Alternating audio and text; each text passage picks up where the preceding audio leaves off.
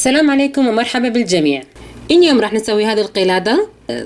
زي ما وعدتكم العمل راح يكون شوية محترف، ميزتها انها هي ما تحتاج سلك. راح تعرفوا ليش بعدين، وراح تعرفوا هذه الفتحة اللي هنا حق ايش. يلا نشوف كيف نعمل هذه القلادة الحلوة. الالوان اللي راح نستعملها اليوم موف غامق، لون ازرق، واللون اصفر، لون اصفر مرة خجول، لون اخضر. اول شيء نجيب اللون الموف. علشان نعمل القلادة لازم اللون الموف يكون اكثر شيء. تعمليه على شكل دائرة. لسه حنستعمل الشبك مرة ثانية، بس انا حبيت امده اول علشان يطرى الصلصال معايا. دحين الصلصال صار طري وعملته دائرة. اعمله زي كذا بين يدي، اعمله قطرة، صار معاه كذا الشكل، مثلث مخروطي صغير. هذا الملازم هيوس من الانمي فول ميتال الكيميست. انا مرة احب هذه الشخصية، احسها مرة متفانية ومقدامة وعندها كل العزم والحاجات هذه. مرة احب هذه الشخصية، وفرحت لما لقيت لها فيجر صغير كذا. فهو حب يحضرنا اليوم علشان يشوف العمل، لأنه فيبغى يشوف كل شيء بيرفكت.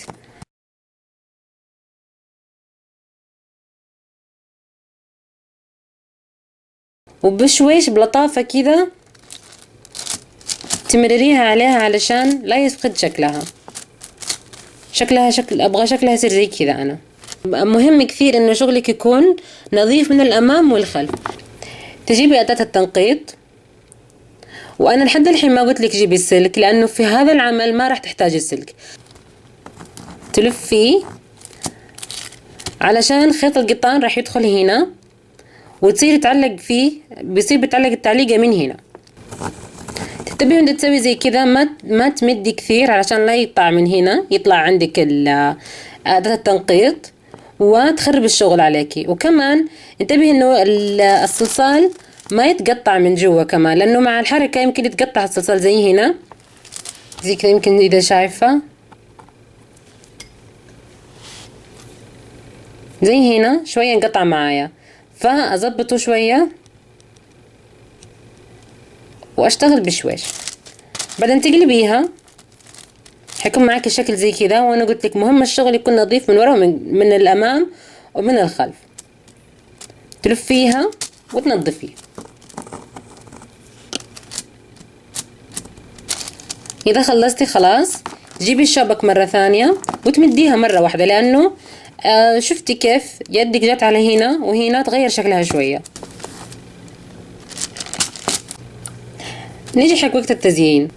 نجيب اللون الأخضر الشقي هذا ونعمل حبل مرة نحيف، لأن الأخضر اللي أنا استعملته هنا لون مطفي كده وباهت، لأنه أبغى العمل يصير شكله أنيق. وهذه راح تكون أغصان الورود. تكوني رسمة على جنب الديزاين اللي أنت تبغيه. بأداة التنقيط تشيلي الجزء غير مرغوب فيه بصباعك بشويش، ثبتي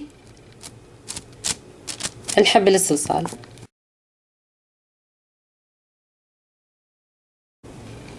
نجيب الأخضر ونعمل من دوائر صغيرة زي كذا، صغيرة مرة، وتحطيها في المكان المرغوب.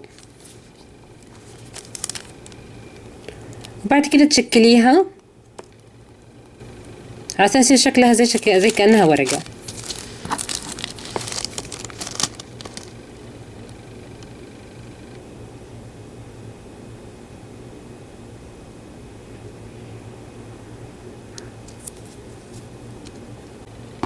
نجيب اللون الأزرق ونسوي منه كور صغيرة،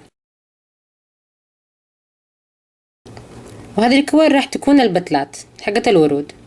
خليها كلها جاهزة علشان ما تضيع وقتك. نجيب الدوائر ونحطها، وبأداة التنقيط نعطيها زي شكل البتلة.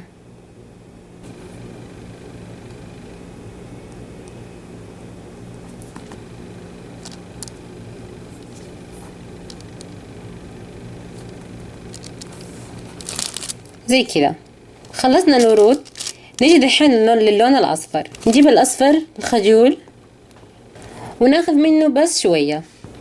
زعل زعل. طيب خلاص وراح نحط اللون الأصفر في الوردة من النص، تحطيها زي كذا وتشكليها. تجيبي صحن البايركس وتحطي فيه ورق الزبدة، تطبخيها في فرن على درجة حرارة 275 مدة 20 دقيقة. وفي مشتركة جديدة عندي اسمها مريم سمير نبهتني لشيء مرة مهم، انه هي بتستعمل فرن مئوي مش فahrenheit اللي هو درجة حرارته الين 500. فانا لما اقول لك 275 انت تعرفي هي درجة حرارة عندها مئوية. اي وحدة فرن عندها درجة حرارة مئوية راح تسخن الفرن على درجة حرارة 140، وكمان كمان تخبزها مدة 20 دقيقة. فشكرا يا مريومة على هذا التنبيه، وأهلا فيكي تشيبيس جديدة عندي في المصنع الصغير. خلصناها كذا صار شكلها في النهاية. مرة حبيت شكله، حبيت اللون اللي برز هنا في الأزرق والأصفر والأخضر في اللون الداكن هذا. نجيب عقد القطان الجاهز شكله زي كذا يكون، وناخذ هذا الطرف، وشكلها فعلا عجبت هيوز، شكله مرة سعيد فيها. زوري قناة دنيتي على اليوتيوب وشاهدي فيديوهات المتنوعة اللي فعلا ما لها حصر من الجمال والطبخ والفاشن وكل الحاجات الحلوة هذه.